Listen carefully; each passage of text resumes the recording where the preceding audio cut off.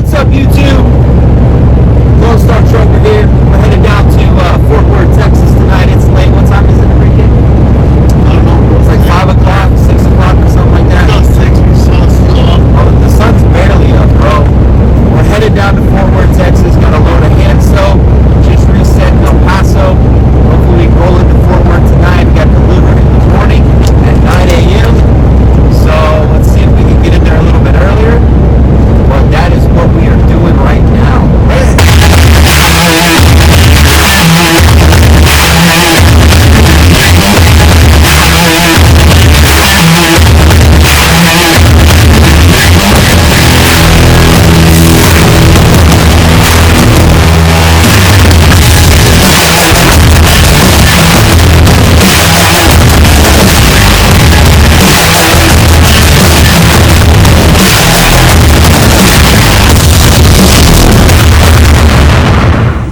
Yeah, buddy, them steak and eggs. There we go. Eating good. What? Sitting here eating some steak and eggs. Eating some good in the truck, Bubba. Who said you can't eat good in a truck, man? Eating good right now. See, the video looks better like that, you know what I'm saying? Yeah, you look better without glasses, bro. That's what you like. What's up, YouTube? This is Robert and Enrique back again. So we're going to be talking a little bit today about CDLs and how easy it is to get your CDL. Do you think it was pretty easy? I think it's okay. I wouldn't say it's super easy though. No? Because you gotta take how many tests? Like 5, 6 tests you gotta take. 5 or 6 tests? That's just written though, right? Yeah, that's Yeah. So I got, how many years experience you got? 4.5 years. 4.5. So Enrique's got 4.5 years. I myself have 6. Like 6, right? Yeah, I don't know. About 6 years. So I got about 6 years of experience now. And I've been driving since 2014. And you've been about 2016 or so? Yeah. So we got a few years experience between the both of us. But the thing that we got in common is that we both went to CDL school, right? So I went first. We were both in the military together. I went to CDL school first. And then Enrique came back about 2 years after me and then went and got his CDL too. Another thing we got in common is we both started out in the oil field. We never went to a mega carrier. We never drove dry vans, 53-foot trailers. We were all hauling water and oil and sand and frac sand, pumps, all kinds of stuff out in the oil field.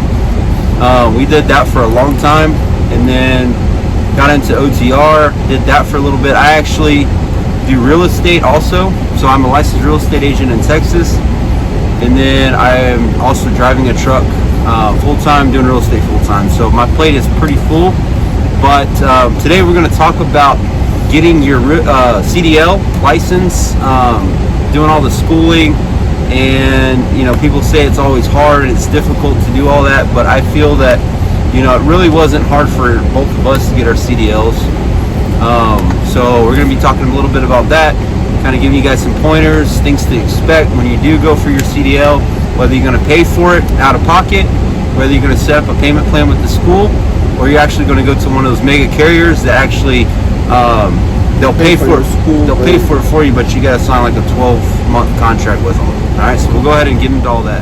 So we're going to talk about all the options that you have to go ahead and get your CDL. So we have an option of going to school. That's paying out of pocket. If you're a former military, you can actually get the GI Bill to cover your school, like me and Enrique did. And you will get paid too for being there in school. You get paid from the GI Bill to go to school. They pay for your school. So if you're a veteran or you're interested in getting your license and you're still in the military, definitely go the GI Bill route instead of paying out of pocket, because you really don't have to pay out of pocket for things like that.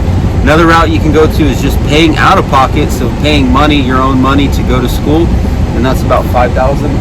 One thing I would say, like for the military guys, I know some of you guys like experience driving, and you get waiver. You can make your commander everybody sign, and you get waiver.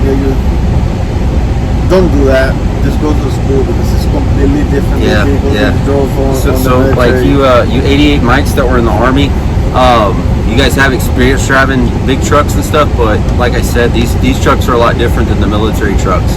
I mean, we both drove military trucks, and we can tell you right now that it's nowhere near what you guys are used to driving in the Army. To begin in the military, you drive. You drive in the desert.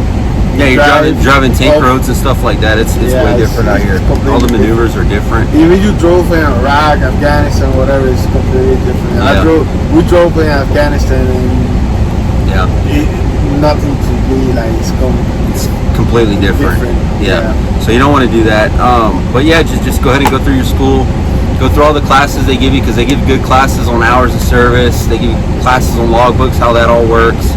How to plan out trips, things like that. They're going to go with you throughout the school.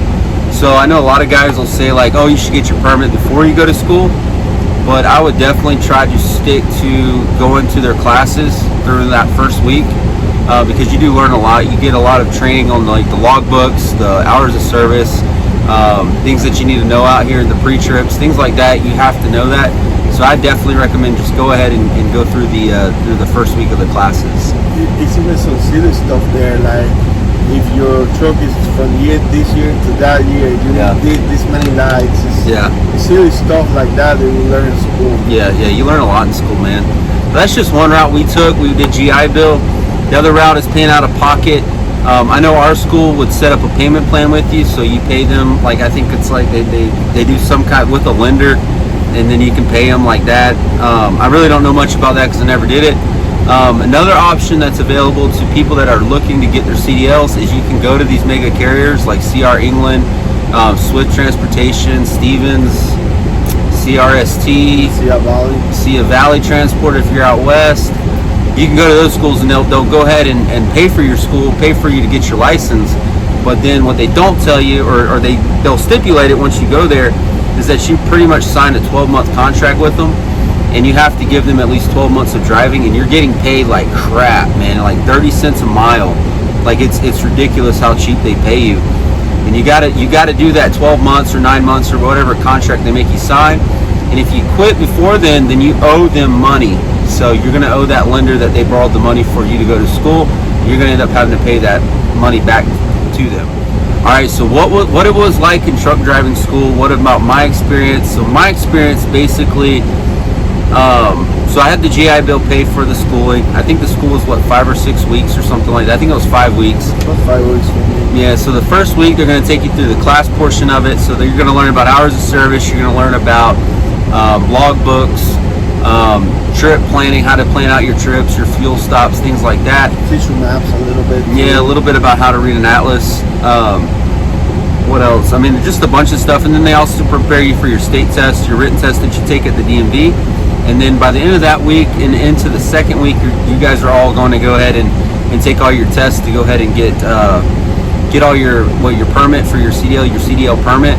And then once you get your CDL permit, the second, third, and fourth week, I believe, you're pretty much on a backing range. So you're learning how to parallel park if you're in Texas. You're in another states, you're learning the 90s, the alley docks, parallel. I think Texas require everything now too. They require everything. So basically that's what you're going to learn on the backing range.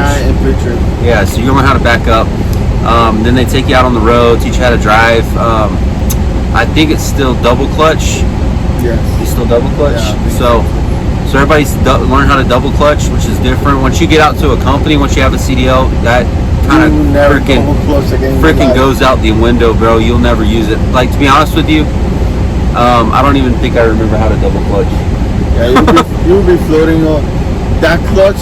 You're only gonna use it to take off. Mm-hmm. That's all you're gonna do. To start and stop, and that's it, man. You don't use it for a whole lot. If you do use it a lot, you're gonna burn your clutches out like crazy. If you use it a lot and you got experience driving, he will know that you're new. You start double clutching. He'll be like, "What are you doing?" Yeah, dude. So double clutch is out. But after you drive a little bit, you do your backing. Then you go up there to take your CDL test at the DMV. That's pretty much a whole day process. So that, like, our school took like 6, 7 guys with us, and we all took it all at once. For me, I failed the parallel parking the first time. I actually bumped into the cone, and then they failed me, so I had to actually come in the next week. So I think I was there for like 6 weeks, and then finally passed it the second time. I did too. I got caught, and I got nervous, like real nervous, and I touched the sidewalk. Yeah, he touched sidewalk, failed you. Straight tie, AI, and the instructor was look at me. He's like, you should only went forward because when you start parking, you can go back and then you can forward. You cannot go back and forward because it will fail you too. Yeah. It's all one try. Yeah, you Make really got sure to when you're almost completely there, just go forward. You got plenty of room. You'll be good. Yeah, you'll be fine, man. But yeah, you got to use the pull-ups. And also, don't get too flustered or like stressed out about it. I think if people go in there like stressed and like nervous, I think you can screw up more then. So just try to keep relaxed whenever you do take your CDL test. And then you should do fine as long as you put in the effort in the practice part of it. The first few weeks, it should be fine. It's actually it's not really that hard. Just don't pay attention to the instructor. Don't forget he's there. Because if you pay too much attention to it, you will fail it. It's really easy. It's really easy. Like for me, I get frustrated. Yeah, you get anxiety, bro. Yeah, and that's what killed me. Yeah, even now when we go to tight places, bro, he's like, hey, I'm gonna jump out, bro, you park it. Yeah, it's kind of like, when you get used to the truck, you feel that you're not gonna fit anywhere. Everywhere you go, you feel you don't fit. You're like super high, super wide. Well, trust me, you fit. Yeah, you fit. You fit, bro. So even when you get done with your CDL, man, there's so much more to learn. That's the basics. The first year sucks. I'm just going to tell you guys, the first year sucks. As soon as you get your CDL, the first year of driving is probably the worst, I think. I feel like I learned a lot more throughout my first year of driving than anything that I learned in school. Because you're getting into situations where it's real life situations. And most of the time where you got to back into is really not, you're not going to, it's not going to be uniform like every single time. It's not going to be the same. It's going to be different situations where you actually got to cut the wheel a little bit differently or move the trailer a little bit differently. You might have to get back behind the trailer at a different time. So just be prepared for that when you do get on the road. Pretty much everything you do to learn your CDL, you can pretty much throw all of that out the window. Because you guys are going to pretty much start over as soon as you get to your company, because like I said, become proficient and become good at this job, you got to actually have the experience and the knowledge and go from there. Yeah, so that's pretty much our experience with CDL school, getting our CDLs a few years ago. I think the regulations have changed. I remember when I went through, you could do it like an automatic truck and it was fine.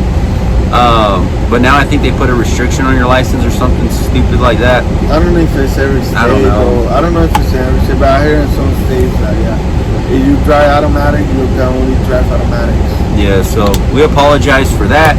But it's been a while since we took it. But I'd say it's not hard to do. It's pretty easy, and we got hired on pretty quickly, so it's not nothing crazy. That's the thing. You always will have a job with a CDL. Mm-hmm.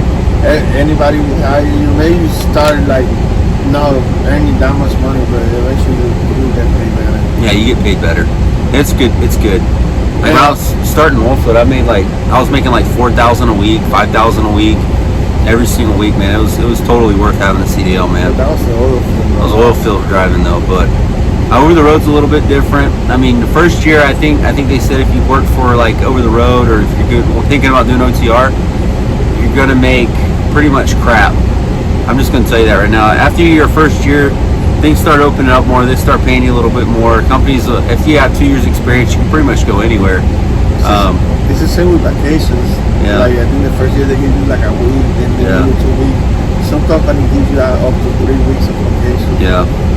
So that's just something to keep in mind. But hopefully this video has been helpful. And if you guys have any questions, please let us know. Type them down there in the comments section.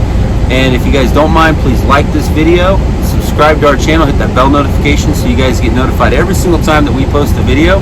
And I hope everybody stays safe out there on the road.